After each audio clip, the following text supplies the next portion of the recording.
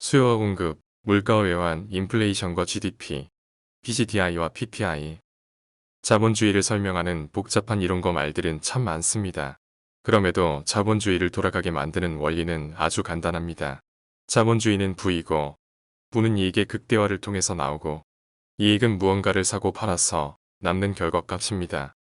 자본주의 시스템은 무언가를 팔고 이익을 남기는 시장 시스템이라고 할 수 있습니다. 상품, 솔루션, 정보, 신용, 애완동물 등 자본주의 시장에서는 참 많은 것을 팔아서 이익을 남깁니다. 자본주의 꽃, 자본주의의 메카. 미국은 이런 자본주의 시스템이 가장 잘 작동하는 세상입니다. 개별 경제 주체가 오직 자신의 이익의 극대화를 위해 전력 투구합니다. 그런데 금융회사의 대표주자인 은행은 무엇을 시장에 내다 팔아서 이익을 극대화할까요? 돈입니다. 은행이 돈을 어떤 방식으로 팔아서 장사를 하는지 그 메커니즘을 살펴보겠습니다. 은행을 움직이는 원리입니다. 율이라는 기제를 통해서 은행은 작동합니다. 그 율 중에서 가장 중요한 두 가지 율은 이자율과 지급준비율입니다. 각종 다른 변수는 배제하는 경제학적 가정하에서 두 가지 율이 은행 시스템에서 어떻게 움직이는지 살펴보겠습니다. 은행이 움직이는 원리를 심플하게 볼 수 있기 때문입니다. 은행이 돈을 사고 파는 돈 융통업을 하기 위해서 가장 먼저 해야 할 일은 간판을 거는 것입니다. 은행은 일단 아무 곳에나 간판을 답니다. 은행 간판만 있으면 자본주의 시스템하에서 모든 것은 순리대로 쉽게 잘 돌아갑니다. 아무런 상품이 없어도 돈을 벌 수 있고 거대 자본가가 될 수 있는 마법이 생기기도 합니다. 은행은 우선 자기 이름으로 신용채권 100억짜리를 발행합니다. 그것을 들고 킹 오브 더 킹, 은행의 왕, 한국은행에 찾아가서 다소곳하게 은행 명찰을 내밉니다. 킹은 은행 명찰을 보고는 친절하게 100억짜리 채권을 RP화를 해줍니다. 0.75%라는 초특급 우대 RP 금리입니다. 우리는 이것을 좋은 말로 시장의 유동성을 공급한다라고 하고 나쁜 말로는 초특급 특혜 대출이라고 합니다. 어쨌든 은행은 돈을 싼 값에 빌려서 줬고 중앙은행은 빌려준 돈을 빌미 삼아 은행에 대한 통제권을 가져서 줬습니다. 사실 한국은행이 빌려준 돈도 자기 돈은 아니니까요. 도랑치고 가지 잡고 누이 좋고 매부 좋고 민간은행도 좋고 한국은행도 좋고 주인 없는 눈먼 돈을 이용해서 서로 좋은 해피한 상태가 됩니다. 없던 돈이 짠 하고 은행에 생겼습니다. 이제 은행이 해야 할 일은 돈을 벌기 위해 재빨리 은행 간판이 달린 집으로 달려가는 것입니다. 은행은 빌린 돈 100억을 들고 와서 상점을 오픈하고 창구 앞에 앉습니다. 가만히 앉아 있어도 돈이 급한 고객이 은행 간판을 보고 찾아옵니다. 은행은 온갖 생색을 내면서 빌려온 돈을 팔기 시작합니다. 돈 먹고 돈 먹기인 돈놀이가 시작된 것입니다.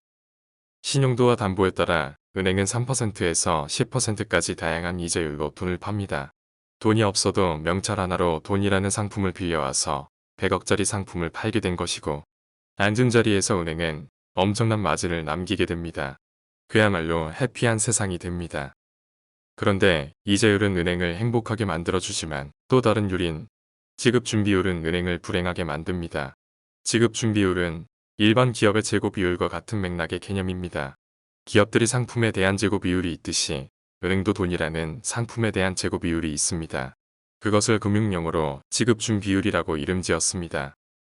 그런데 이 재고 비율은 은행들이 자체적으로 정하는 것이 아니라 중앙은행이 결정합니다. 은행에 대한 강력한 통제권입니다. 민간은행은 이런 통제를 싫어합니다.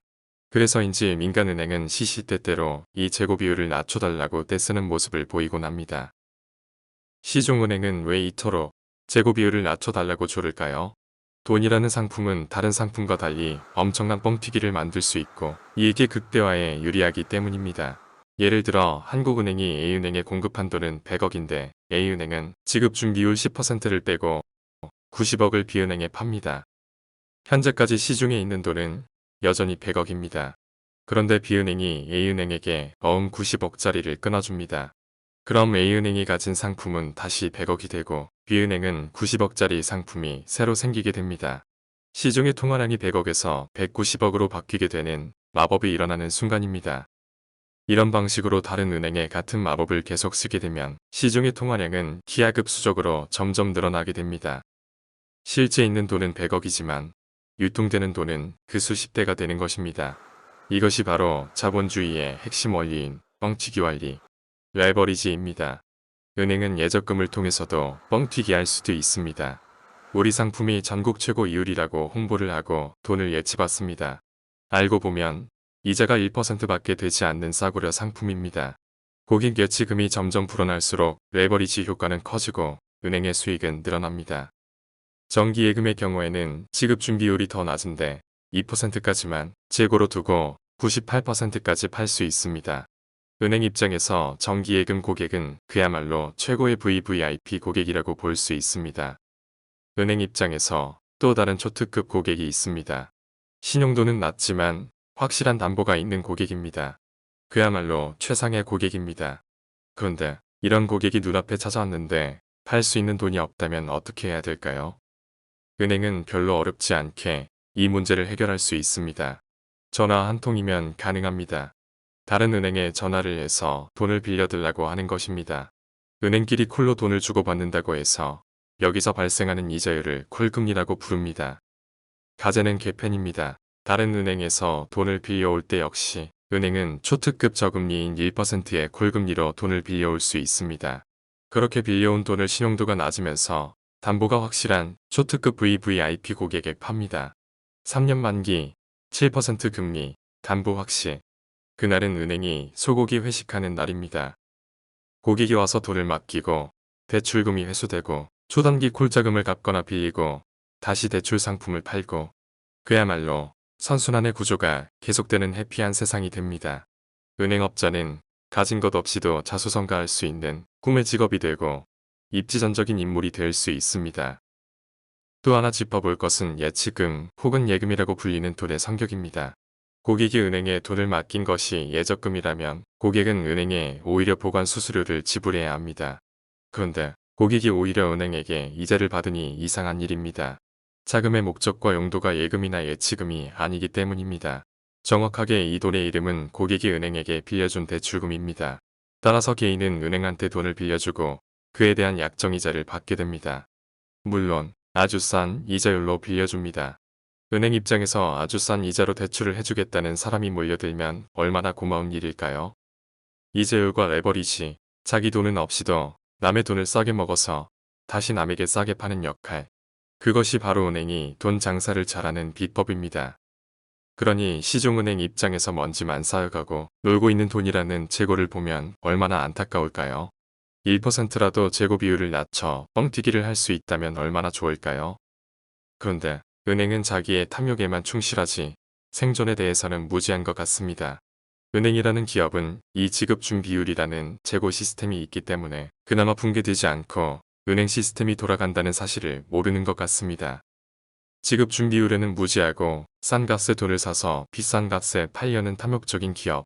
그래서 오직 이자율에만 관심을 집중하는 돈장사를 하는 기업이 바로 은행이라고 할 수 있습니다. 자본주의는 자유경쟁 이데올로기입니다. 자본주의는 가난한 자와 약자의 이익에는 관심이 없습니다.